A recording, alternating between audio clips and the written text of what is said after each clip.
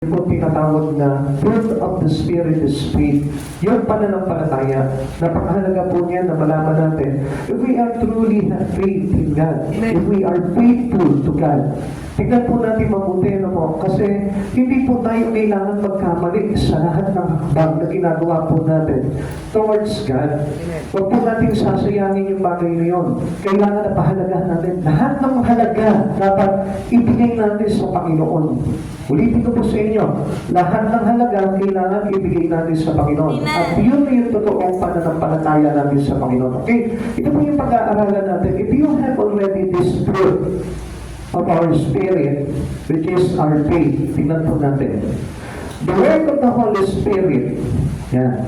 Ito pong gumagawa po nito, ang naglalagay po sa atin ng faith talaga is the Holy Spirit. Amen. It is not only kapahalangan ng ating isipan, yung pananampalataya natin sa Diyos, kundi inilagay talaga ng Banal na Espiritu sa atin. Bunga ito ng ating pagtanggap sa ating Panginoong Jesucristo.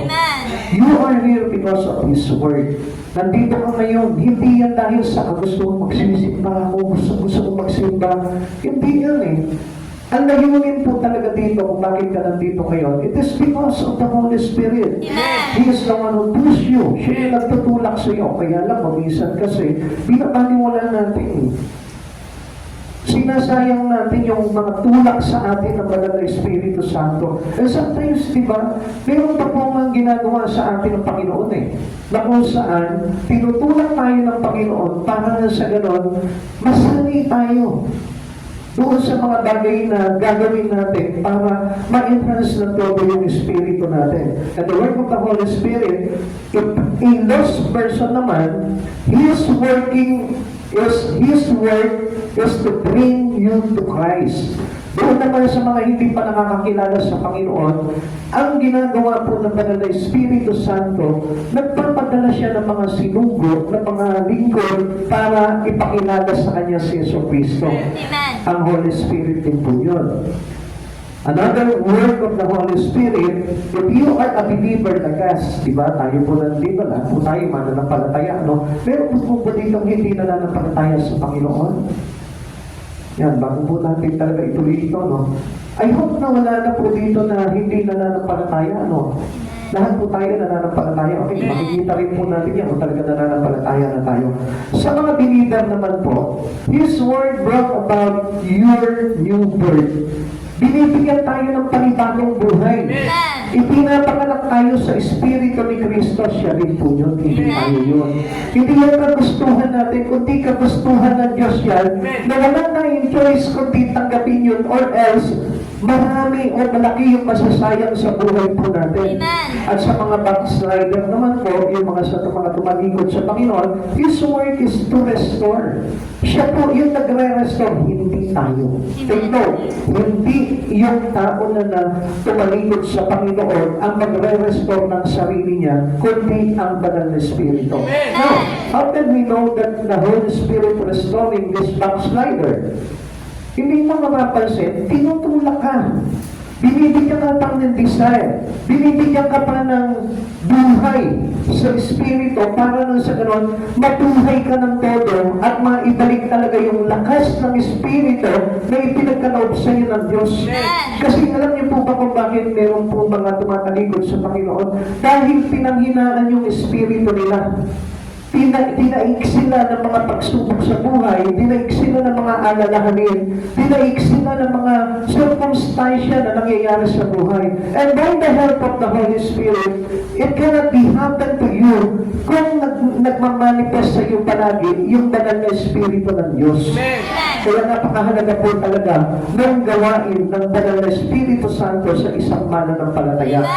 The believer's body is the temple of the Holy Spirit. Itong katawan po natin, once na tayo po'y nanalig sa ating Panginoong Jesucristo, ibig sabihin yan, your body is not longer to you, but it is for the Holy Spirit already. This body is the temple of the Holy Spirit. This is the house of the Holy Spirit. This is the dwelling vessel of the Holy Spirit. That's why, makikita mo kung nag-dwell sa iyo, yung Banal na Espiritu Santo, nagmamanifest manifest yung kabanalan. Amen. Kaya napapansin mo, bakit simba ng simba ito? Bakit basa ng Bible ito? Pray ng pray? At bakit niya ipinagmamalaki at ipinagsisigawan yung kaligtasan kay Hesus Kristo? It is because He is now the dwelling vessel of the Holy Spirit. Amen. Bakit siya tapat sa kanyang church? Bakit siya parang supportive siya pagdating sa mga bagay sa church? It is the work of the Holy Spirit that dwells in you.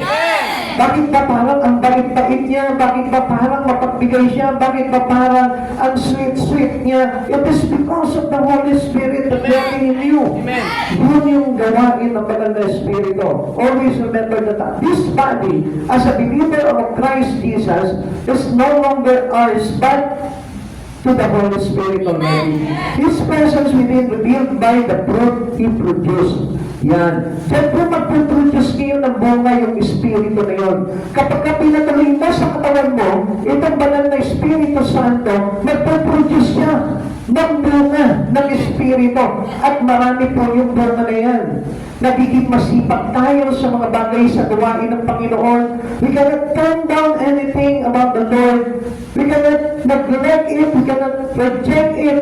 Kundi accepted palagi yung mga bagay na ibinibigay sa iyo ng ating Panginoon. Because that was the fruit of the Spirit. The fruit of the Spirit, number one, is faith. Pag tinanggap natin siya sa Kristo sa buhay natin, kasama po nito yung ating pananampalataya. Amen. Bibigyan tayo ng Espiritu ng pananampalataya. Kasi hindi po natin totally matatanggap ang Panginoon sa Kristo without having our faith in Him.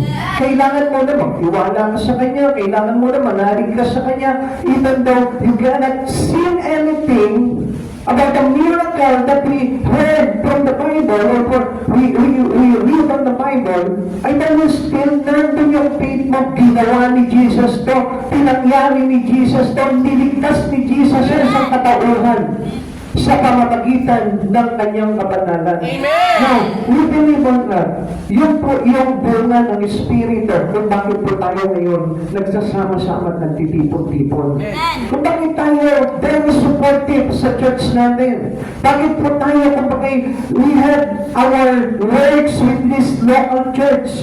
Mga kapatid sa Panginoon, ang laki ng paliwanag po na ibinibigay sa atin about our faith.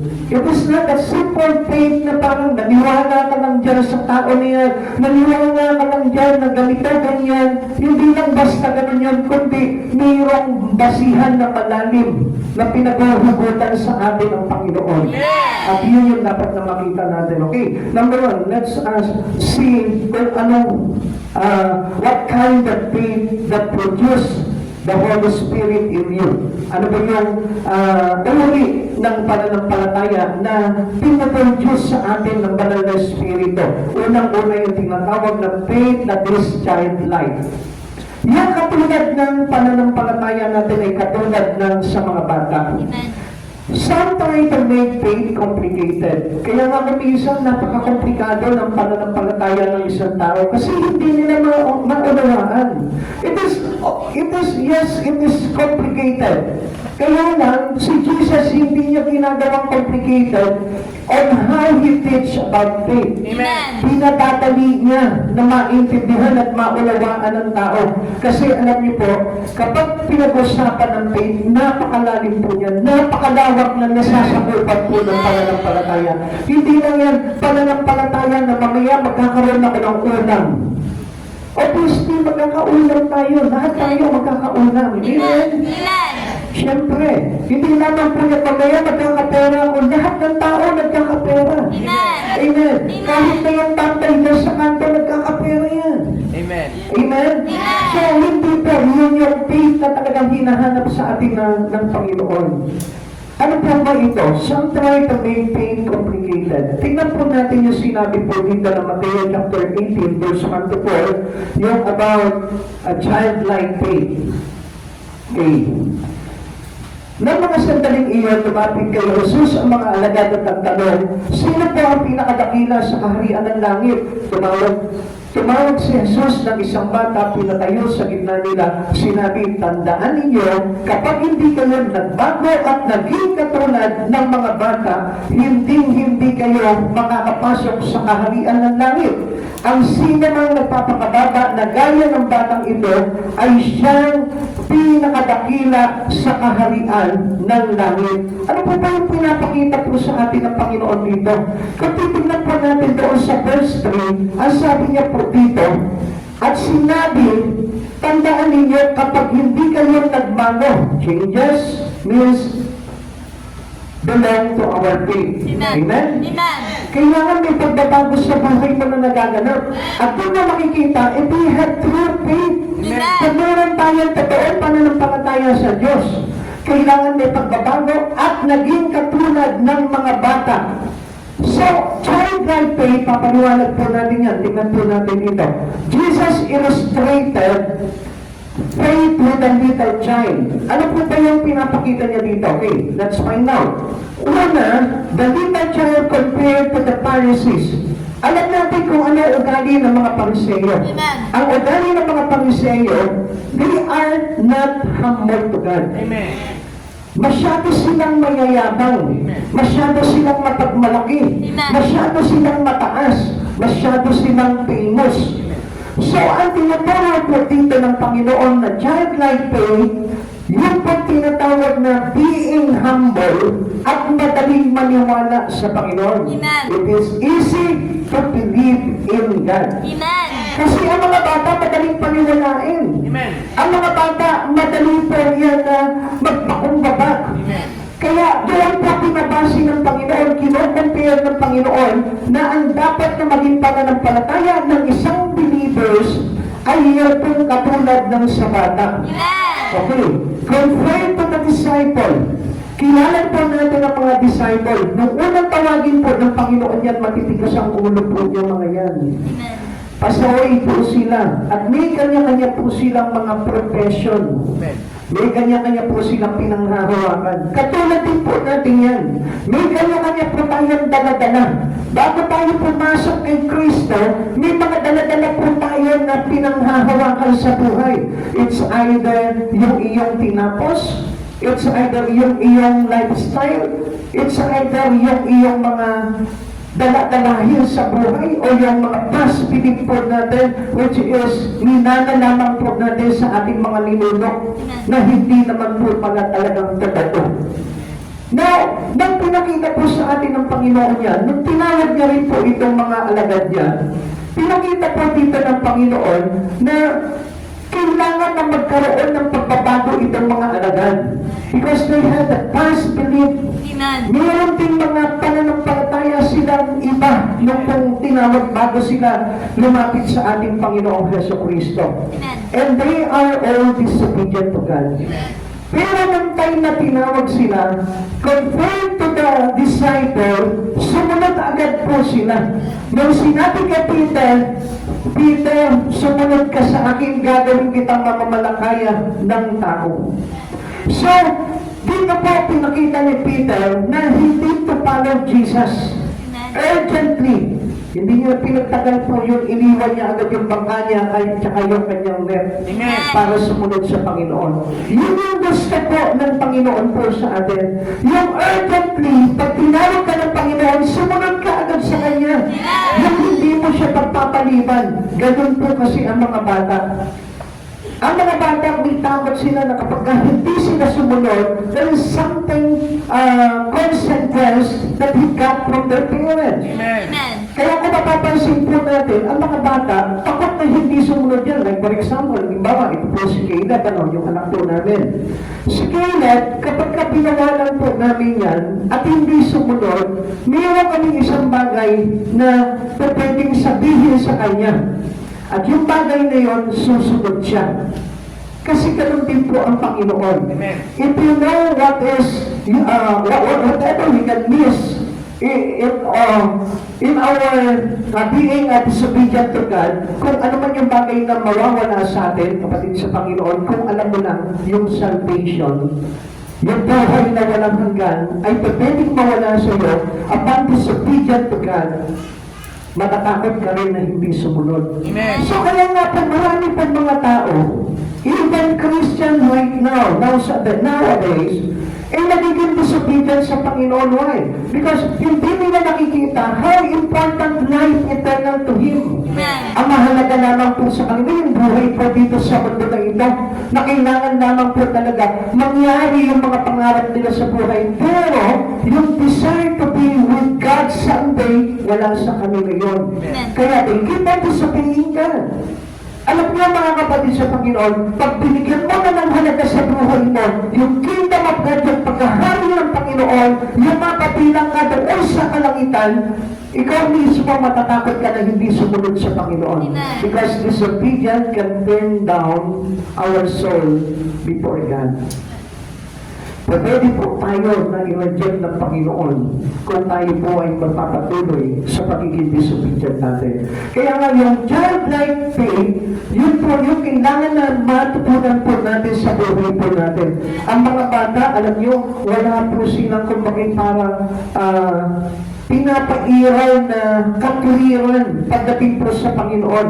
Kaya nga po, ang bata, di ba, pag halimbawa nangangatwiran na sa'yo, marunong ka na mga tuwiran ngayon sa akin. Di ba? Alam natin kasi, ang bata, hindi talaga nangangatwiran yan. Amen. Amen? Amen. Kaya nga, childlike faith, ibig sabihin yan, you can easily believe in God. Amen. That He can do everything into your life. Amen. Na kaya niyang gawin lahat ng bagay sa buhay po natin. Kaya nga, being humble, easy to believe, and being obedient to God is like a childlike faith. Amen. Ganun po yung tinatawag na pananampalataya. At hindi yung ang dami natin mga pinanghahawakan. Manampalataya ka kayo sa Kristo. Hindi ko naman kasi yan ang pananampalataya ko. Ito yung pananampalataya ko. Paano ka maliligtas? Samantalang ang Diyos na nagsabi mula sa langit, under the roof of heaven, there is only one name. Amen. Binigay sa tao para maligtas ka.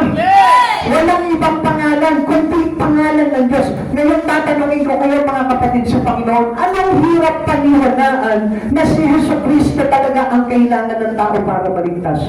Walang mahirap na ito. Easy to understand. Amen. Na si Jesus ang pinanggagalingan ng kaligtasan. Why? Because He belonged to the Father. He belonged to God. He belonged to His kingdom.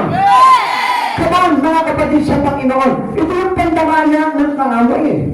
Ang tao, dinadaya ng kaaway para manampalataya sa ibang bagay.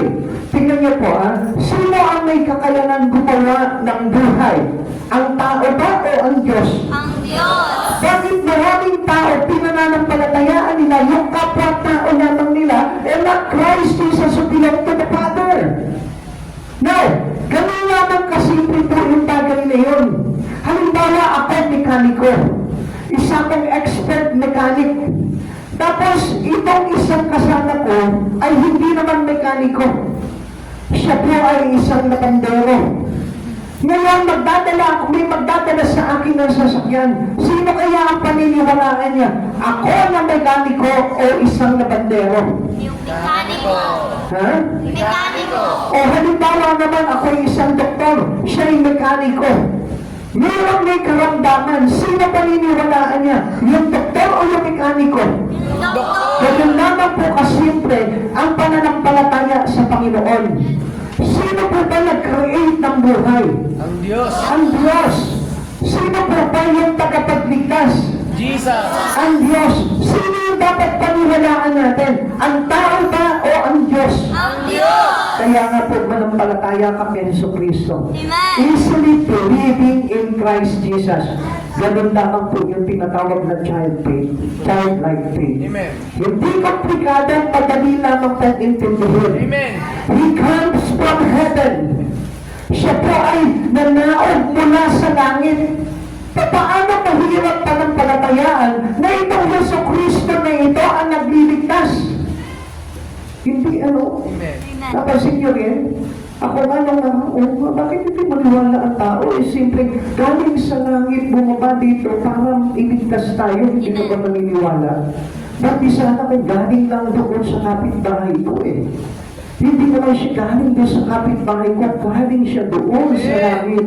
Kaya napakadaling tanggapin Pero bakit ang hirap-hirap sa isang tao na tanggapin si Yesu Cristo, paglingkuran si Yesu Cristo, itaas niya sa buhay niya si Yesu Cristo?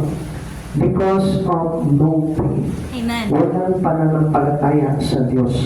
Because hindi nila alam kung gaano kahalaga talaga yung tinatawag na buhay na walang hanggan. Amen. Kaya nga, hanggang down God, binabalik nila nila ang Panginoon and they choose other things to Him. Kaya nga pinagpapalit nila ang Diyos sa ibang bagay dahil hindi nila alam ang halaga ng kaligtasan. Amen. Pag alam mo ang halaga ng kaligtasan, alam mo ang halaga ng langit pagdating ng araw, papahalagahan mo ngayon pa lang si Yesu Cristo sa buhay mo. Amen. Amen. Let us child's like faith. God said it, I believe it. Sorry. Ang sabi po dito, Jesus made the deep things easy to understand. Pinapadali niya lamang po na maunawaan po natin. Katulad lamang po nung sinasabi ko sa inyo, si Jesus galing doon sa Ama. Galing siya sa taas. At hindi siya galing sa likod ng bahay po ninyo. Napakadali lamang po paniwalaan yun. He compared familiar things to spiritual things. Kaya nga, di ba? Kaya nga, kinumpara niya sa bata eh. Kasi hirap silang intindihin eh. Kung ano talaga yung faith na kailangan po nila. Katulad din po natin, nalilito tayo. Ano ba yung kailangan kong faith? Kaya tayo nalilito dahil yung paliwanag po sa atin ay kung minsan hindi natin maintindihan. But supposed to be, it is easy to understand kung madali lang tayong manampalataya at manalig kay Jesus. A little child simply believes. Ganun lamang po kadali yun. Pag sinabi sa iyo si Yesu Cristo ang kaligtasan, maniwala ka na. Why? Because it is already written. Nandito lahat ang proof, nasa Bible lahat. At alam natin na ang Biblia ay kinasihan ng kapangyarihan ng Diyos. Kaya nga pati ang Bible, kapag binasa nila, uy, sulat lang ng tao yan. Hindi ako naniniwala dyan, sinulat lang ng tao yan eh. Pero ano sabi po sa atin, kinasihan ng kapangyarihan ng Diyos. So ibig sabihin, hindi ito maisusulat ng isang ordinaryong tao lang. Hindi ito maisusulat ng kaisipan lamang ng tao. Kundi kaya ito na ilathala dahil po kinasihan ng Espiritu ng Diyos. And that was also the work of the Holy Spirit. Halimbawa, sa iyo ngayon sa oras nito, isa kang nananalig kay Yesu Cristo, pwede siyang mangusap sa puso mo. Pwede niya sabihin kung ano yung bagay na kaya na pwede mong gawin para maligtas ka. Ganun lamang po kadali paniwalaan ang ating Panginoon. Amen. Kaya nga sabi nga po dito, God said it, I believe it, let's set up it. Ganun lamang po yung kasimple. Pag sinabi ng Diyos, maniwala ka, then, ayusin mo lang kung ano yung mga bagay na dapat. Amen. Gawin mo na kung ano yung bagay na dapat. So, ganun lamang po kasimple yung pananampalataya. It is not complicated. Pag sinabi sa'yo magsimba ka, mayroon yung dahilan para sa kaligtasan mo, magsimba ka. Amen. Huwag ka nang magkaroon ng tutol pa doon sa iyong isipan. Basta tanggapin mo, pag ako nagsisimba, magbabuo ka ng kaligtasan to. Pag ako nagbabasa ng Bible, maglalagay sa akin ang kaligtasan ito. Maniwala ka doon sa mga bagay niyo. Huwag ka na kontra dahil ang kaaway po talaga, ang expert ng kaaway is lie. Kaya nga makikita mo, ang daming hindi naniniwala kay Kristo, but obviously si Christ na nga yung tagapagligtas, pero hindi pa rin sila naniniwala. Ginawa na nga ni Jesus, He fulfilled everything that is prophesied on the Bible, but yet, hindi pa rin naniniwala ang karamihan. Alam niyo po kung bakit? Kasi that is a lie of Satan. Na sinasabi siya, okay lang yan, ginagawa mo, okay lang yan, mabuti yan. Kaya nga, huwag tayo maniwala sa bulong ng paaway. Amen. We only easy to believe in Christ Jesus. Yun lamang po ang kailangan po natin. Amen. Faith that cuts the religious ceremony and beliefs. Ito po yung kuminsan nakakapit sa isang tao eh. Yung mga seremonya, yung mga nakaugalian natin, yung mga minana natin sa mga ninuno natin, na wala namang basihan. Amen. Tignan mo yung kung pinapanampalatayaan mo ay may basihan. Kasi ang basihan po talaga ng pananampalataya ay ang Diyos mismo. Amen. He is bred by God. Kaya nga itong salita ng Diyos ay tinawag na breath of life. Amen. Hindi yan ang buhay. Amen. Alam niyo po ba kung bakit? Because this is coming from the mouth of God. Galing ito sa bibig ng Panginoon. Kaya nga, ito kapag pinaniwalaan po natin, ito yung mag-break ng lahat ng mga false belief ng isang tao. Basahin mo, kapatid sa Panginoon. Dati hindi ako naniniwala sa Biblia, pero nung binasa ko ang Biblia, doon ko napagtanto na totoo pala talaga ang lahat na nakasaad dito. Amen. Ang akala ko nung araw, kailangan ko saktan ang katawan ko para lamang maibigay ko yung sakripisyo ko kay Kristo. Ang akala ko nung araw, kailangan ko magsilbi ng kandila para ako'y magkaroon ng liwanag kay Kristo.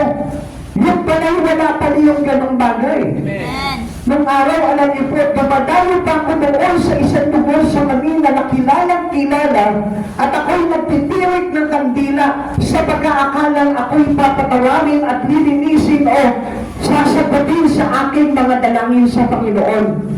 Pero hindi ko nabasa po dito sa Biblia nung time na binasa ko ang Biblia. Sapagkat nandito lahat ang salita ng katotohanan na maglalagay sa atin sa kumulinawalaan. Sa marami, hindi paniniwalaan ito. Pero sa mga tao, madaling manampalataya sa Panginoon at tumanggap talaga kayo sa Kristo. It is easy to believe because it is already written in here. They believe that the Bible was written accordingly with the breath of God. Amen. Hinigahan ng Panginoon ng kapangyarihan niya. Kaya nga, madali na lamang pong panaligan ang lahat ng bagay pagdating sa Panginoon. Pag sinabi ng Lord, ililigtas ka niya, ipapagtog ka niya, ipagtatanggol ka niya, pag nabasa mo sa Biblia na nandun, maniwala ka na. Amen. Hindi ka na magkakaroon pa ng kumbaga parang bawal o pagdadalawang isip sa bagay na yan basta nakasulat na sa Biblia. Amen. Kaya nga yung iba hindi makalapit-lapit sa Panginoon kasi yung mga minanang turo pa rin sa kanila ng mga matatanda ng araw na kung saan yun pa rin yung pinanghahawakan nila. Kaya alam yun, nasasayang lang ang buhay ng tao. Supposed to be, dapat tayong lahat ay ligtas. Lahat ng tao sa paligid natin ligtas kung mananampalataya lamang tayo kay Yesu Cristo.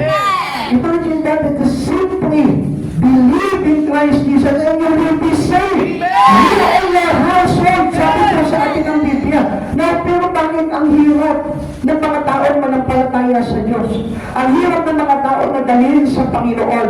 Why? Because wala sila ng tinatawag na childlike faith. Yung madali silang sumunod, magpakumbaba at tanggapin kung sino si Yesu Cristo sa kanilang buhay. These things are very complicated, hard to understand. Simply need to following Jesus and believe. Ganun lang pala kadali yun, ano? Minsan nahihirapan pa tayo na kung saan lalakad pa tayo ng pagkakahaba-haba. Lalakad ka pa ng paluhod.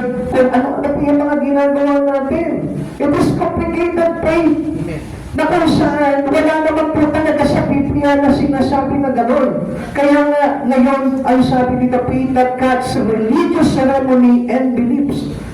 Yung pananampalataya na kailangan po natin, katulad ng sa bata, para pupunin yung mga maling nakasanayan na po natin galing sa mga ninuno po natin. Amen. Amen. Faith that is not owned by titles or offices. Minsan ang pananampalataya lang natin doon sa mga tao na kung saan matataas ang tungkulin. Ganun lamang po kumisin yung ating pananampalataya. Doon lamang nakabase. Pero ang hindi po natin alam, dito nang sa pagbabasa natin ng Biblia, sa pakikinig ng salita ng Diyos, man yung pananampalataya na natin ay matumusto na po. At masisigurado na po natin na tama yung ating pananampalataya. Faith that places no limits on the power and God's and love of God. Ganito raw po yung pananampalataya ng isang bata. Yung pananampalataya na naglalagay po sa atin ng walang limitasyon sa kapangyarihan ng Diyos at sa pag-ibig ng Diyos. Amen. Minsan nga, di ba, sinasabi natin, hindi magagawa ng Lord sa akin to, wala pong gawin sa akin ng Lord to. Baka hindi ako mahal ng Diyos, kaya ganito kalagayan ko, no limit. Ang faith ng isang tao, kahit anong kalagayan niya, naniniwala siya na kayang gawin ng Panginoon sa buhay niya yung mga bagay na pinananampalatayaan niya. Amen? Wala tayong limit po doon. Hindi natin nililimitahan ng Panginoon. Kaya nga, upon our service to God, nililimitahan din po natin eh. Kasi bakit? Ang isipan natin, limitado din po yung kapangyarihan ng Diyos at pag-ibig ng Diyos sa tao. At Diyos hindi siya naglimita ng ginawa niya para tayo maligtas. Amen. Siya po ay talagang gagawa ng mga bagay talaga para tayo masapatan sa ating kaligtasan at mangyari po ito. Amen. At ang ikalawa po na kailangan nating pananampalataya, yung tinatawag na faith that rises to all the challenges of life. Yung hindi natitinag. Amen. Yung hindi nagigiba. Amen. Yung cannot be shaken na faith. Amen. Na kapag dumating yung hamon ng buhay, makikita mo, hindi po yan natatakot. Humaharap, lumalaban, nakatayo, at patuloy pa rin sa Kanya, sa Panginoon. Yung faith na kailangan po natin. Kaya sabi natin, kailangan natin ng childlike faith. Yung madali tayo sumunod sa Panginoon. May pagpapakalbo pa tayo. Ngayon, ikalawa, yung faith na pagdating ng mga challenges in life, yung mga hamon ng buhay, nandiyan nakatayo yan. Matibay, matatag, at hindi kayang mabuwag. Hindi ba yung kapag halimbawa Kristiyano ka, kapag may dumating na problema sa buhay mo, nandun at nunod ka na sa isang kwarto. Marami ako Kristiyano kilala po na ganyan. Umuurong, umaayaw. Pagdating po sa hamon ng buhay, pero mas doon nga tayo dapat na manampalataya sa Diyos. Saan mo gagamitin yung pananampalataya mo? Kapag wala ka lang sinaing? Kapag wala ka lang pambayad ng kuryente? Kapag wala ka lang pambaon? Doon lang gagana yung iyong pananampalataya? But this faith given to every believers, para na sa ganon, pag dumating ang hamon ng buhay, makikita pong matatag at matibay na nananatili sa Panginoon Hesus Kristo. Faith is built on the convictions that God can do anything. Amen. Ulitin ko po sa inyo, yung pong pananampalataya na naitatag sa pamamagitan ng kanyang sariling conviction na ang Diyos ang makagagawa ng lahat ng bagay sa kanyang buhay. Nothing else. Amen. No one else can do these things for us. But only God. Amen. Na kahit na anong mangyari, ang sagot sa hamon ng buhay mo, walang ibang kundi si Hesus Kristo. Wala kang ibang tatakbuhan kundi si Hesus Kristo. Wala kang ibang paniniwalaan katulad ng mga bata kundi si Hesus Kristo. Kaya lamang po yun. Hindi na kailangan na natin na ikomplikado pa yung ating pananampalataya. At alam niyo po ba, itong pananampalataya na the faith that faith is built on the convictions that God can do anything. Alam niyo po ba ang katulad po nito? Yung klase ng tinatawag na heroic faith. At yung heroic faith na ito, makikita po natin yan doon sa mga tao na talagang kilala na naglingkod sa ating Panginoon sa panahon po nila. Tignan po natin yan. Tignan po natin kung sino-sino yan. Unang-una, faith made Abel worship God. Si Abel po, yung kanyang pananampalataya, yun yung nagtulak sa kanya para mag-worship sa Lord. Ano po ba yung ginawa po ni Abel? Bago ko po ipaliwanag sa inyo. Hebrews chapter 11 verse 4. Dahil sa pananampalataya sa Diyos, si Abel ay nag-alay na mas mabuting handog kaysa inihandog ni Cain, yung kapatid po niya. Kaya naman si Abel ay kinilalang matuwid ng tanggapin ng Diyos ang kanyang handog. Kaya kahit patay na, nagsasalita pa siya sa pamamagitan ng kanyang pananampalataya. Grabe yung pananampalataya niya, no? Ganito po pala yan. Kapag ang isang tao pala may pananampalataya, hindi aatras yan sa pagsamba sa Panginoon. He worship God. very sweetly. Amen.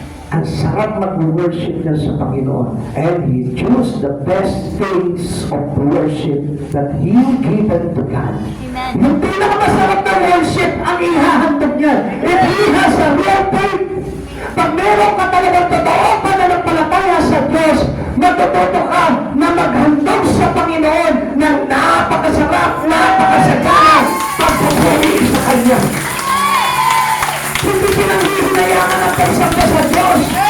Kapag ka ikaw ay talagang may totoo pananampalataya sa Diyos, hindi ka manghihinayang yan. Hindi ka maghihinayang magbigay ng panahon sa Panginoon. What the best in you if you will give it to God. Kaya mo. You can give it to God. You can give it to Jesus. Kapag ka talagang totoo, tapat ang pananampalataya mo. Kaya makita mo ang sarap pag-worship ng isang tao, totoo ang pananampalataya sa Diyos. Hindi yan ang lulupay-pay kapag ka sumasamba sa Panginoon. May kagalakan sa puso niya. May pagpipigay na dating sa Panginoon. Because His faith is real. Hindi pwede. Hindi paman. Hindi po yung kapag-sabay-sabay na pananampalataya. Kaya makikita mo kahit pag tumatayo siya, pumapalapag sa Panginoon, ang sarap na tayo niya. Hindi tumatayo sa Panginoon. Napipilitan tumayo sa Lord.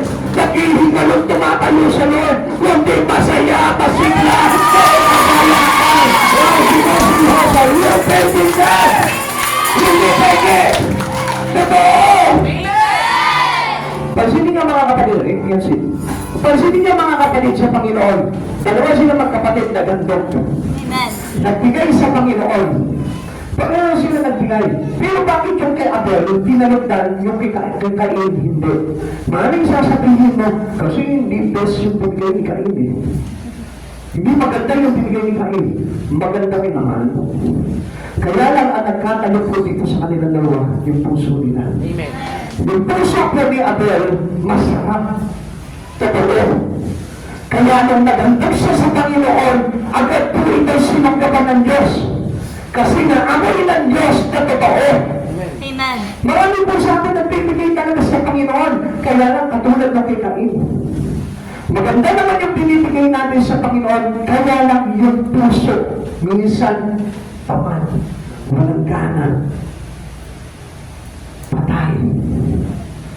Walang pagpapasyaga pagdating sa mga bagay sa Panginoon. Kaya hindi po tinatanggap ng Lord. Amen. Ang sakit po ng Biblia, nasusuklap ako sa inyong mga handog. Kaya ano sinasabi sa atin ng Panginoon, huwag na kayo magandog. Huwag isama niya na ang pinto ng inyong templo. Alam niyo kung bakit? Kasi kapag nakita ng Panginoon, yung puso mo ay hindi totoo ang pananampalataya ni Kristo, hindi totoo ang naniniwala kay Kristo, you are openly is rejected. Amen. Amen? Amen. Naghahandog tayo pero yung buhay natin hindi natin talaga mahandog sa Panginoon. Ang gusto ng Lord, bago ka maghandog, ihandog mo muna yung puso mo sa Lord. Amen. Amen. Marami sumasamba, puno-puno ng galit dito. Marami sumasamba, puno-puno ng alalahanin dito. Marami sumasamba sa Panginoon, puno-puno ng hinagpis sa puso. Kaya kapag ka naghandog, rejected agad sa Panginoon. Kaya nga kapag asasamba tayo sa Panginoon, ang sabi ng Lord, iwanan mo muna, makipag-ayos ka muna, at sumamba ka sa Panginoon. Minsan sasamba tayo sa Panginoon, yung sama ng loob nandito, yung galit, yung hinagpis. Minsan nakikinig tayo ng salita ng Diyos, pero instead na lumakas yung pananampalataya natin, remember? That our faith coming from hearing and hearing the words of God. Amen. Pero bakit hinagpis sa manang loob yung nararamdaman mo? Because you lie. Amen. Kapatid, kung totoo yung ating pananampalataya, katulad ng kay Abel, makita mo, ang sarap ng pagtanggap ng Panginoon sa atin mo. Amen. Kaya hindi po nagdadamon ang isang tao sa totoong nananampalataya sa Panginoon. Dahil ang sarap magkambot sa Panginoon kapag totoo ang puso mo. Amen. At alam mo na napaparangalan ang Panginoon sa mga handog na ibinibigay mo kapag totoo ang puso mo.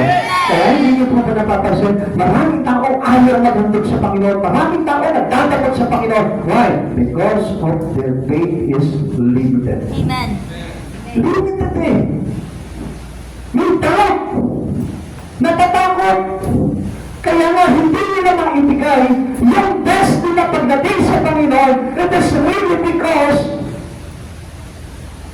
mali eh, yung faith nila eh. Amen. Hindi totoo.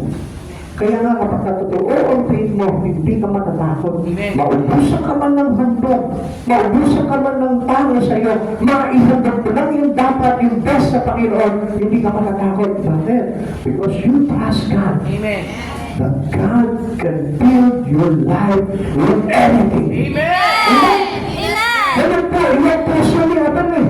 Hindi nakita po nito si Abel, hindi na po nagkakit Cain. Sige, basta bigay lang po ito si Cain. And then, wala may siyang pakialam kay God.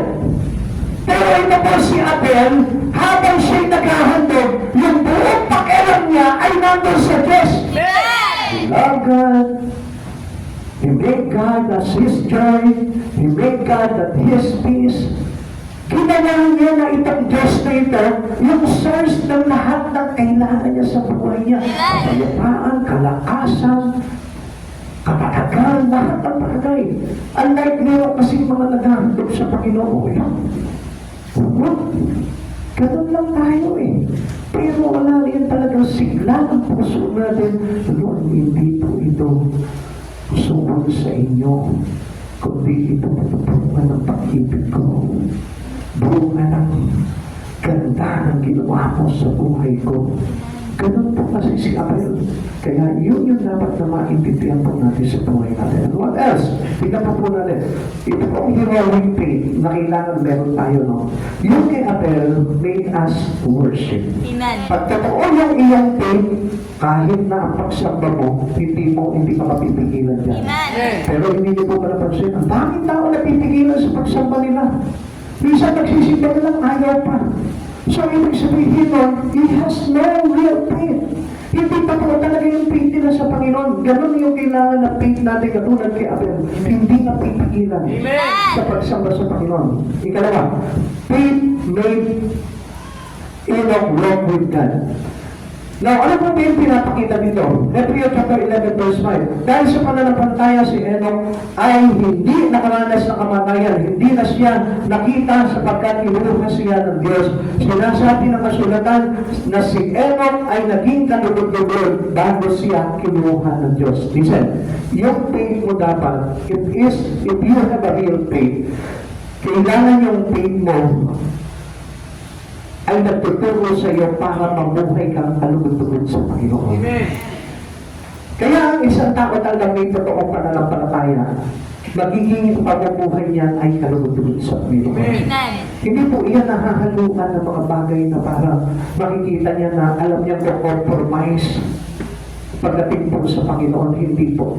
Dahil the real faith can bring us into walking with the Lord. Amen. Amen. Makikita mo talagang tuwang-tuwa yan na lumalakad yan sa Espiritu sa Panginoon.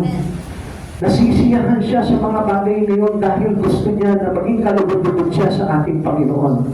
Namagas, faith made Abraham obey God. Tingnan niyo po, kapag ganito ay kang pananampalataya, magiging obedient ka rin sa Lord. Whatever God asking you, kaya-kaya mong sundin yun na gawin para sa Kanya. Amen. We become obedient to God when our faith is genuine. Pagka yung ating pananampalataya talaga, talagang real, totoo, genuine talaga yung pananampalataya natin, mabilis sumunod po sa Panginoon niya. Dahil kasabihin niya na katulad dito kay Abraham, inandog niya yung kanyang anak na si Isaac, hindi siya nag-alinlangan doon. At ano pa po? Yung pagsunod po ni Abraham, hindi lamang po yung paghahandog niya ng anak. Sabi po ng Hebrews chapter 11 verse 8, dahil sa pananampalataya, sumunod si Abraham nang siya ay utusan ng Diyos upang pumunta sa isang lupaing ipinangako sa kanya. Sumunod nga siya kahit hindi niya alam kung saan siya pupunta. Yung faith na marunong sumunod nang hindi nag-aalinlangan. Amen. Pastor, anong gagawin ko doon? Pastor, nandito yung kabuhayan ko. Bakit ako doon? Yun po yung pinrate dito kay Abraham. Amen. Yung kanyang pagsunod, yung kayamanan niya nandun sa kanyang lugar. Pero ano sinabi ng Diyos sa kanya? Lisanin mo yan at pumunta ka dito. So, sumunod po, ito po si Abraham at hindi nag-aalinlangan. Amen. Isa tayo, ayaw natin iwanan yung bahay natin. Sinasabi lang sa iyo ng Lord, anak, punta ka sa church. Lord, ang dami kong gagawin sa bahay eh. Later, Lord. Ganun lang kasimple, hindi tayo makasunod sa Panginoon. Eh, wag mo kung talagang pinalilisan sa iyo ang mga tarim. Pinalilisan sa iyo yung place of your prosperity. Amen. Come on, mga kapatid sa Panginoon. Sometimes yung faith natin doon nasusukat eh.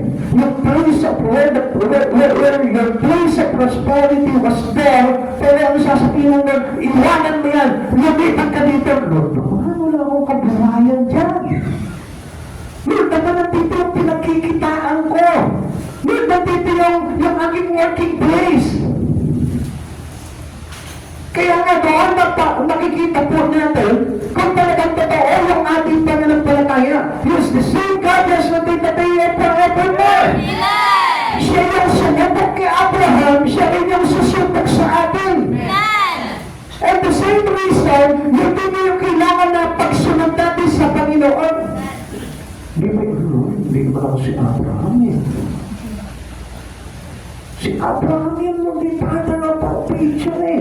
Father of foundation yun eh, Lord. Renante ang pangalan ko. Siya Abraham.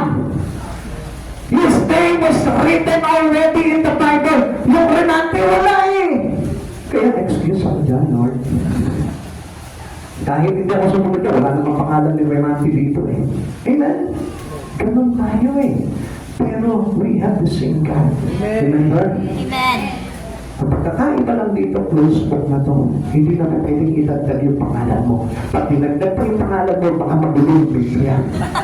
Amen? Baka magkalito nito kung sino na ang Diyos. Pag dinagdag ang pangalan mo dito, baka mamaya yung rin natin maging Diyos dito. Come on, kapatid. What do I mean here? Pare-parehas lang na Diyos yung ating pinaglilingkuran. Diyos ni David, Diyos ni Abraham, ni Jacob, ni Isaac, Diyos ni Joshua, ni Joseph. Diyos din natin, yun din yun. Amen. Maliban na lang kung may ibang Diyos ka. Amen? Amen. Sino ba yung Diyos mo? Ako gusto, pero sino? Pagkapit Diyos.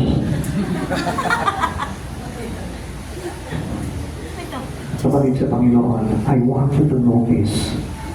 Iisang Diyos ang sumusubok ng pananampalataya natin. Yung sumubok ng pananampalataya ni David ay siya rin Diyos na susubok ng pananampalataya mo. Kaya wala tayong reason para sabihin, David yan eh. Abraham yan eh. Enoch yan eh.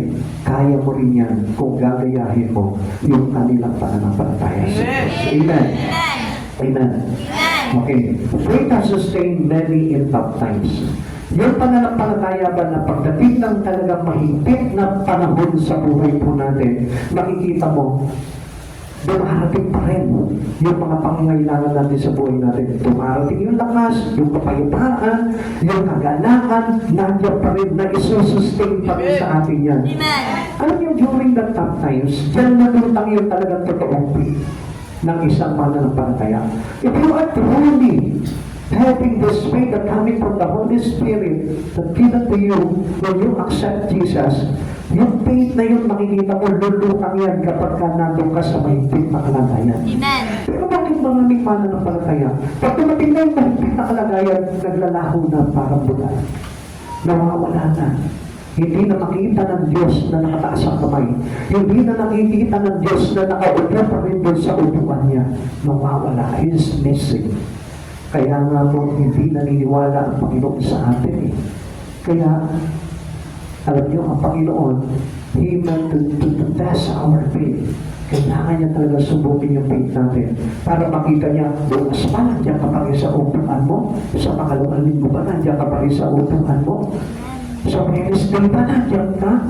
Diba yung Wednesday na hirap tayo pupunta, no? Yung pa kayong ginawa kay Abraham. Now, yung faith na yun, masusupot po yan kapag ka during tough times, makikita mo, nakatindig pa rin yung iyong pananampalataya sa Panginoon. Amen. Hindi ka nawawala. Amen. Lagi ka visible pa rin sa mata ni Pastor. Amen? Amen. Eh, Pastor, ikaw nga gusto ko magiging visible ka na eh. Yun lang ang problema natin. Si Pastor, ayaw ka nakikita sa paningin niya, pero kayo, ayaw niyo na makita si Pastor. Kapatid sa Panginoon, what made us is our faith made us to be a real one to Christ Jesus. Amen. Paano magiging totoo kung hindi tayo tatayo sa ating pananampalataya sa Panginoon? Ito na sa real Christian. Kapag nakita niya na during tough times, makikita mo, nandiyan pa rin yan, masaya pa rin yan, may kapayapaan pa rin yan, maligaya pa rin yan, na naglilingkod sa Panginoon. Yan yung nagpapatibay ng pananampalataya natin. Yung during the challenges in life, makikita mo talagang yung kanyang pananampalataya pa rin ay lumulutang sa kanya. Amen? Faith removes all limit on God's ability to provide. Yan, di ba? Ito po tayo commonly talagang nahuhuli ng Panginoon eh. Yung faith po natin, minsan parang yun ang nawawala eh. Hindi yung bang faith natin ang nagre-remote ng limitasyon natin sa kakayanan ng Diyos na makapag-provide ang pangangailangan po natin. Minsan, di ba, kapag halimbawa, may pangangailangan na tayo, exit muna tayo sa Panginoon. Nawawala tayo sa Panginoon. Pero alam niyo, mga kapatid sa Panginoon, yung faith dapat ang magtanggal ng limitasyon mo sa iyong pananampalataya. Yung iyong pag-asa na ang Diyos magagawa yung mga bagay na kailangan mo. Amen. Kapatid sa Panginoon, ang reason kasi, kaya po hindi nag-work yung faith po natin ang Christ Jesus, hindi gumagalaw yung kamay ng Diyos para i-provide yung pangangailangan natin. Alam niyo kung bakit? Kasi we made our faith big. Ginagawa natin peke yung pananampalataya natin eh. Nagkakaroon ka lang ng faith kapag ka linggo. Pero pag Sabado, Lunes hanggang Sabado, wala yung faith natin in Christ eh. Yung lang faith natin, kamisa, alam nyo, yung Wednesday na, baka kaya ka pinapaatin ng Panginoon dahil pagpapalain ka ng Panginoon, pero hindi na makuha yan eh. Kaya nga, paano nalasan natin yung Wednesday service eh. Akala natin, waste time lang yung Wednesday service. I tell you the truth, sinusupot ng Panginoon, kung paano talaga yung pananampalataya na ibinibigay mo sa Kanya. Amen. Amen. Kapatid sa Panginoon, gusto ko po na maging honest po sa inyo. Isang bagay po na dapat talaga na ang pananampalataya natin sumusugod. Amen. Because we know that God's ability, Amen. alam natin yung kakayanan at magagawa ng Diyos sa buhay mo. Amen. Eh baka nga kapag ka nagbigay ng buhay sa Panginoon, hindi ka na mahirapan sa trabaho eh. Magulat ka, dumarating na lang palagi ang pagpapala sa iyo, kaliwat ka na. Amen. Meron pang galing sa likod. Meron pang galing sa taas. Huwag kang manggagaling sa ibaba. Dahil delikado pa, pagka ang pagpapalay galing sa ibaba. Amen. Amen? Amen. Asahan mo ang pagpapala ng Diyos sa kaliwat kanan, Amen. galing sa taas, galing sa likod, huwag lang sa baba. Amen. Amen. Sapagkat alam natin, by faith, alam natin God's ability to provide. Amen. Alam natin kung paano na-provide talaga ang Panginoon sa buhay natin. Tanggapin po natin yung pag-aalinlangan natin na walang magagawa ang Diyos sa buhay po natin. Amen. Faith claims the resources of God in every crisis. Na kapag halimbawa meron kang kawalan o kapag mga bagay sa buhay mo, may crisis ka sa buhay mo, yung bang alam mo na ang Diyos ang kailangan mo talaga. Amen? Eh hindi ko minsan parang kapag may problema ka parang hindi ko kailangan ang Diyos. God is our resources. Amen. Siya talaga yung kailangan natin sa buhay po natin. naman talaga pera ang sagot eh. Hindi naman talaga yung bagay na yun ang sagot eh. Kundi ang kailangan talaga natin ang Diyos ang sagot sa lahat ng bagay. Amen. Kaya tayo nagkakamali sa pananampalataya natin eh. Kaya nasisira yung ating pananampalataya totoo sa Panginoon. It is because of our mindset. Ang mindset kasi ng tao, kapag ka naghihirap siya, pera ang solusyon. No, it is not money, but God. Amen. Lagi natin tatandaan sa pagkain ng pera. It is also a creation. Amen. Ginawa lang po yan eh. Amen. At supposed to be, it is not directly created by God, but created only by man. Amen. Pero mas pinapahalagahan po ng tao. Kaya nga makikita po natin dito kapatid sa Panginoon, kung God ang creator, God ang may likha ng lahat ng bagay, dapat maniwala ka na ang resources talaga natin ay dapat ang God. Amen. Ang Diyos dapat, si Yesu Cristo dapat ang kailangan na hinahanap natin. Amen. Ano sabi po dito, okay? Heroic faith is the fruit of the Spirit. Kailangan po natin yung heroic faith. Yung talagang faith na talagang the impossibilities become possible. Amen. Yun ang kailangan po natin dito. Hindi po yung faith na nag-aalinlangan, faith na walang magagawa. Kaya nga tayo nilagyan ng faith ng Lord para hindi ka na mawala sa Kanya eh. Amen. Pero bakit? Kaya ka nawawala? Dahil hindi si Jesus yung nagiging resources natin eh. Hindi heroic yung ating faith eh. Hindi pa makakabuhay. Hindi pa makakapagpakapuri sa Panginoon. Hindi pa talaga makakapagbigay ng kaluhuran sa Panginoon yung pananampalataya ng it is only simply faith. Amen. Not a capital word faith, but a small word faith. Ibig sabihin ang liit eh. Kulang. Kaya nga dito, ano sabi po dito sa Mark chapter 9 verse 23? If you can, said Jesus, everything is possible for one who believes. Pag talagang totoo na nanampalataya ka, lahat ng bagay ay mapapangyari sa iyo ng Panginoon. Amen. Sabi po ng Diyos po dito, kung may magagawa ako, tanong ni Jesus, mangyari ang lahat sa sino mang may pananampalataya. Amen. Ngayon, ang tanong natin, Lord, bakit hindi nangyayari itong pananampalataya ako? Ang sabi po ng Mark chapter 9 verse 23, mangyari ang lahat sa may pananampalataya. Amen. Lord, bakit hindi nangyayari itong pananampalataya ko? Sir, tanggalin ko yung pananampalataya. Lord, bakit hindi nangyayari ko? Buhayin mo yung pananampalataya kasi wala yung pananampalataya eh. Sabi ng Lord kasi, mangyayari ang lahat sa may pananampalataya. So ang tanong ng tao, bakit hindi nangyayari yung pananampalataya ako? Tanggalin mo yung pananampalataya. What do I mean here? Wala kang pananampalataya. Amen.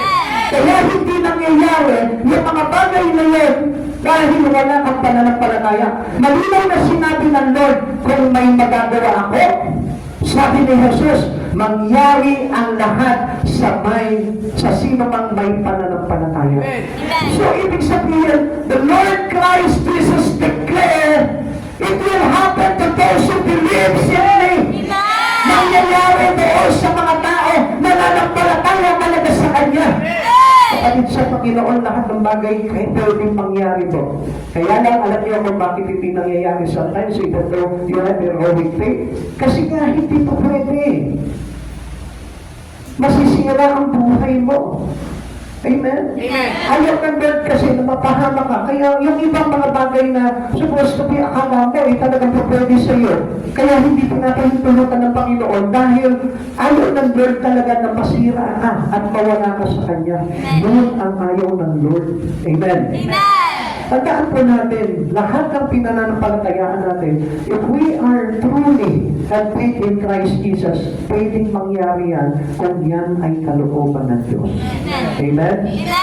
Pero kahit na may pananampalataya ka, kung hindi kalooban ng Diyos sa buhay mo yan, hindi nangangahulugang wala kang pananampalataya. Amen? Amen. Baka mamaya sabihin nyo, Pastor, ako hindi nangyayari yung mga sinasabi ko, may faith naman ako sa Lord.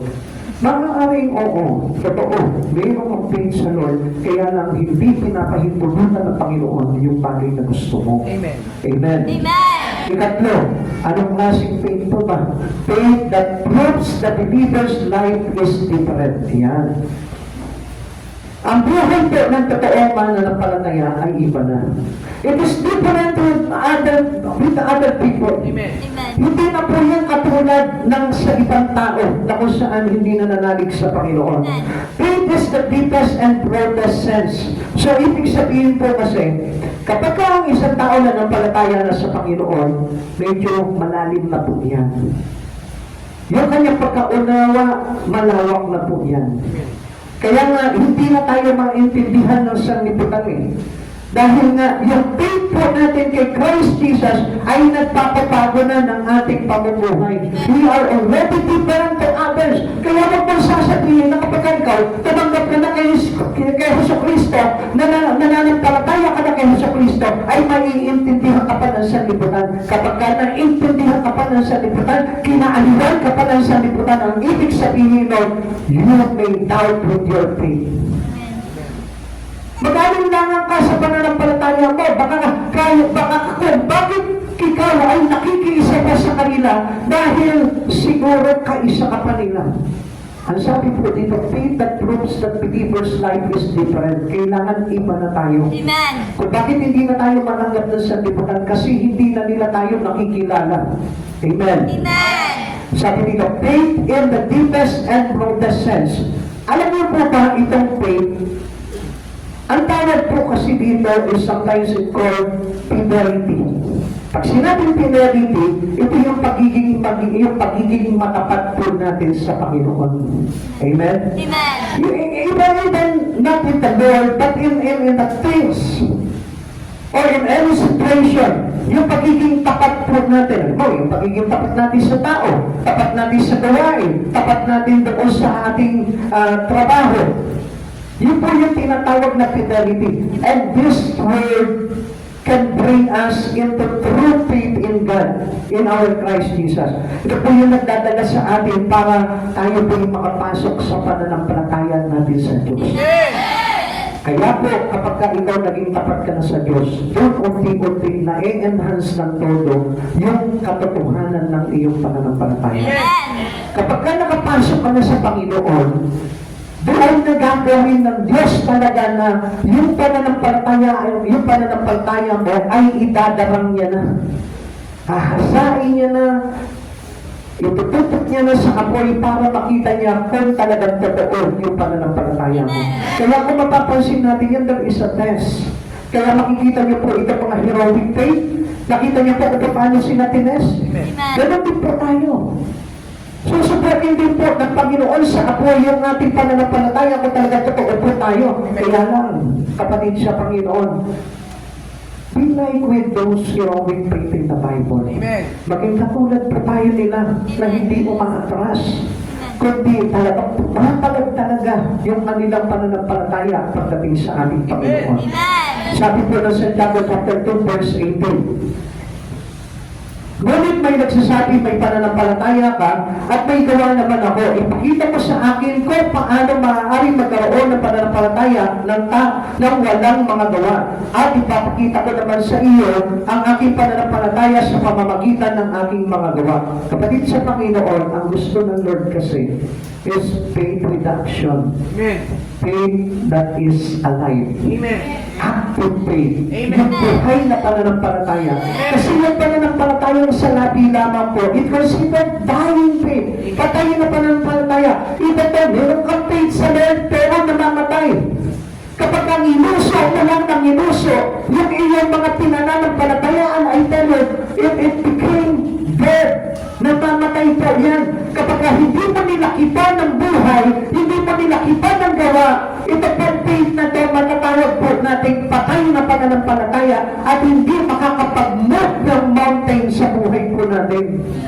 Hindi makakapagpausad ng bundok sa buhay natin. Kaya hindi umuusad yung pananampalataya natin. Stagnant. Nananatili lamang po na walang tinag yung pananampalataya natin. Ibig sabihin, hindi gumagalaw, hindi umuusad, hindi lumalago, kundi namamatay pa, nanlalabig, nawawala pagdating sa Panginoon. Faith yung faith po dapat visible na sa pamumuhay ng isang tao. Nakikita yun. Bakit? Kasi ipinabubuhay niya na yung kanyang pananampalataya. Amen. Hindi lang inunguso, kundi ipinabubuhay niya. Kinikilos niya, ginagawa niya, at pinang-aaraw-araw niya sa buhay niya. Amen? Amen. Hindi yung faith lang na kapag kalingkod, pananampalataya sa Diyos kasi nakikita nagsisimba. Pero kapag ka Lunes hanggang Sabado, hindi mabalaag sa kanya yung kanyang pananampalataya. Kapatid sa Panginoon, ang pananampalataya ay buhay. So ang buhay po natin is 24/7. Amen. Amen. So dapat, kahit tulog ka, buhay ka. Amen. So, meaning kahit ka din, buhay ka pa rin. Amen. So, ibig sabihin dapat in any hours of our life, kailangan nandyan ang Diyos sa buhay mo natin. Amen. Ang Diyos nandyan pero ikaw wala naman. So, discipline, kailangan kung nasa ang Diyos, nandun ka rin. Amen. Amen. Kung isa nawawala ang tao eh.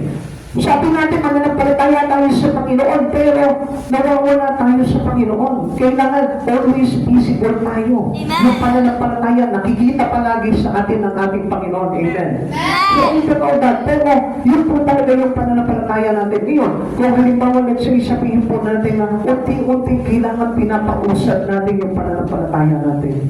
Make our faith be an action for every one of us.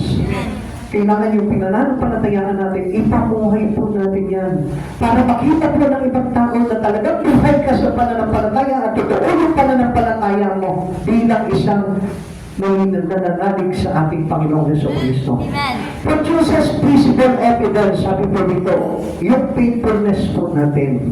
Ano po ba yung visible evidence po dito? Tingnan niyo po mabuti, basahin po natin. Ito po yung basihan po, ano po, para makita natin na visible talaga yung mga evidence po ng ating pagiging mananampalataya. Unang-una, faithful to Christ.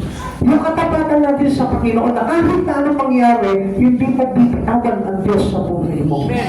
Kahit isumpa ka ng mundo, kahit na ikaw yung kumbaga parang outcast ka sa bandang ito, still yung faith mo kailangan hindi nawawala kay Kristo. Ikalawa, faithful to His Word. Kailangan yung katapatan mo sa salita ng Diyos. Amen.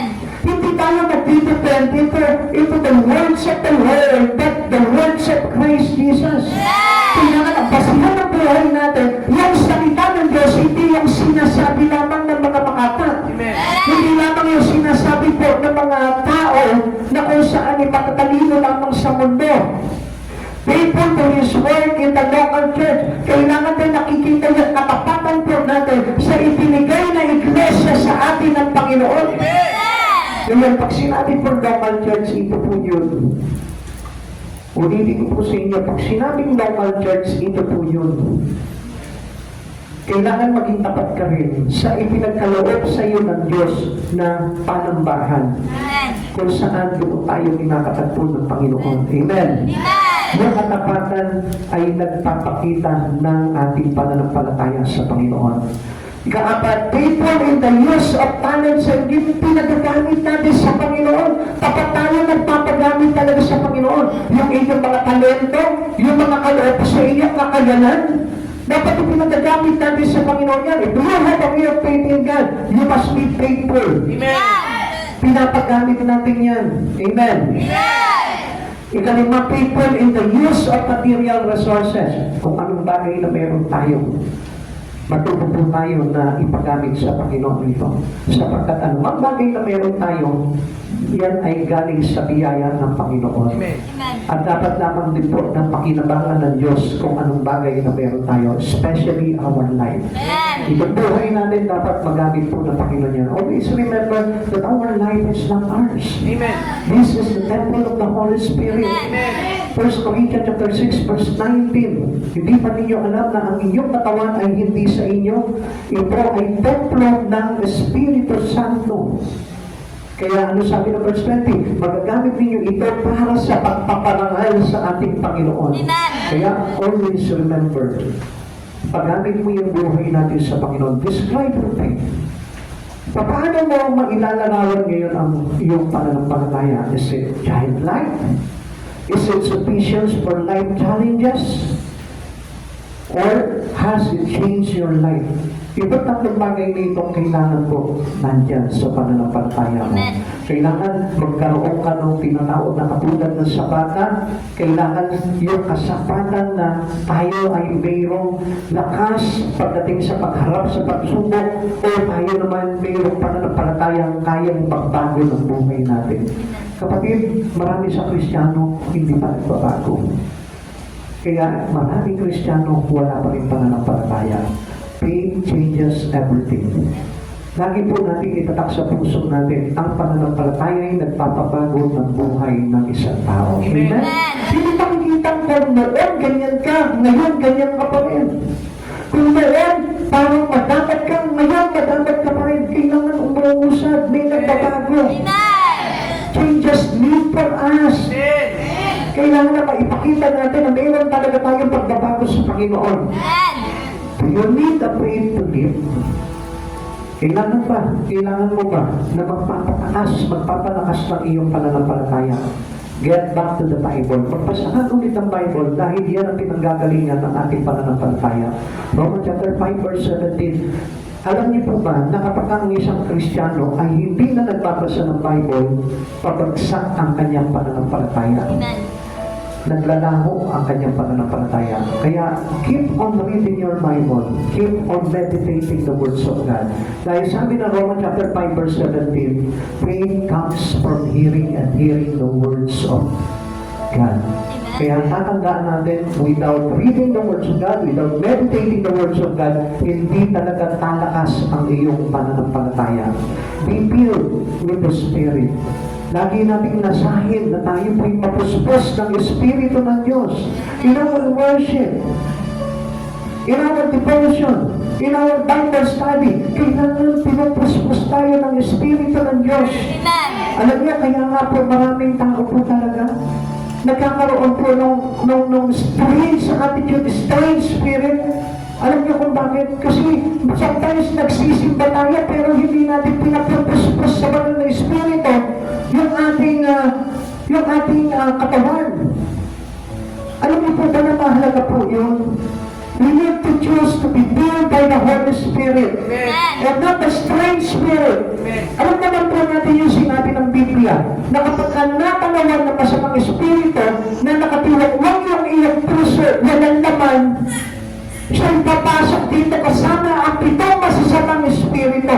Kaya nga, be filled with the Spirit of God. When you worship, when you have devotion, when you have Bible study, or whatever you do into the glory of God, kailangan nyo must be filled with the Spirit of God. Kailangan mapuspos ka ng banal na Espiritu Santo at huwag kang papayag na ikaw ay bakante tuwang lang dahil iba ang papasok na Espiritu sa iyo.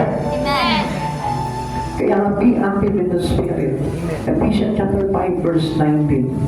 Sa inyong pag-uusap, gumamit kayo ng mga salmo, mga himno, at mga awiting espiritual. Huwag puso kayong umawit at magpuri sa Panginoon. This is how we build our spirit. Sa pag-uusap, kailangan more on the things in God. Sa pag-awit, kailangan inaawit natin, hindi yung mga salibot ang awitin. Or else, the strange spirit will come. Ulitin ko po sa inyo mga kapatid sa Panginoon. Ang sabi po dito, mga awiting spiritual. Amen. It may be filled your spirit, your life, your body. Amen. Kaya nga, marami po mga tao, maraming Kristiyano still worldly. Maraming mga Kristiyano still doesn't have changes. Maraming mga Kristiyano still compromising with the system of the world. Compromising with sin. Bakit? Because they want not to choose the Spirit that coming from God. They don't want to be filled by the Spirit of the Lord. Amen. Pag sumasamba ka sa Panginoon, open mo yung Spirit mo kay Kristo. Have a deeper worship to God. Hindi po yung parang nakakapag tayo. Hindi yung parang wala kang gana pagdating sa mga bagay na yung filled it with the Spirit of God. Ang sabi dito, sa inyong mga pag-uusap, gumamit kayo ng mga salmo, mga himno, at mga auditing spiritual. This is how we build our spirit. Amen. Sa ganitong paraan po tayo mapupuspos ng Espiritu. Kaya nga, be active in your spirit. Amen. At tandaan po natin, huwag natin pahintulutan na makapasok sa atin yung Espiritu ng sanlibutan sapagkat it may kill your faith in God. Kaya-kaya po nito to stop your faith in Him. Kaya-kaya nitong tanggalin yung iyong pananampalataya kay Yesu Kristo. Kaya do not be compromised to the worldly things. Mga kapatid sa Panginoon, ihanda po natin yung ating sarili to accept the Holy Spirit of us daily. Amen. Kahit sa bahay niyo, kapag nagpe-pray ka, be filled by the Spirit of God. Pag nagpapasa ka ng Bible, be filled with the Spirit of God. Amen. Hindi po yung parang lagi tayong bothered ng iba't ibang mga alalahanin sa buhay. When you get into your Bible, make sure that you focus on the things that you read. Mag-focus ka sa pinabasa mo. At hayaan mo makapasok yung Espiritu ng words ng Lord sa buhay mo. Amen. Para na sa ganun, lumakas yung Espiritu mo. At makikita mo, hindi ka manadaig ng mga alalahanin sa buhay. Mag-i-stand ka kahit na doon sa mga challenges na dumarating sa buhay mo, hindi mo bibitawan ang Diyos. Amen. Commit your life to the Lord and watch your faith grow.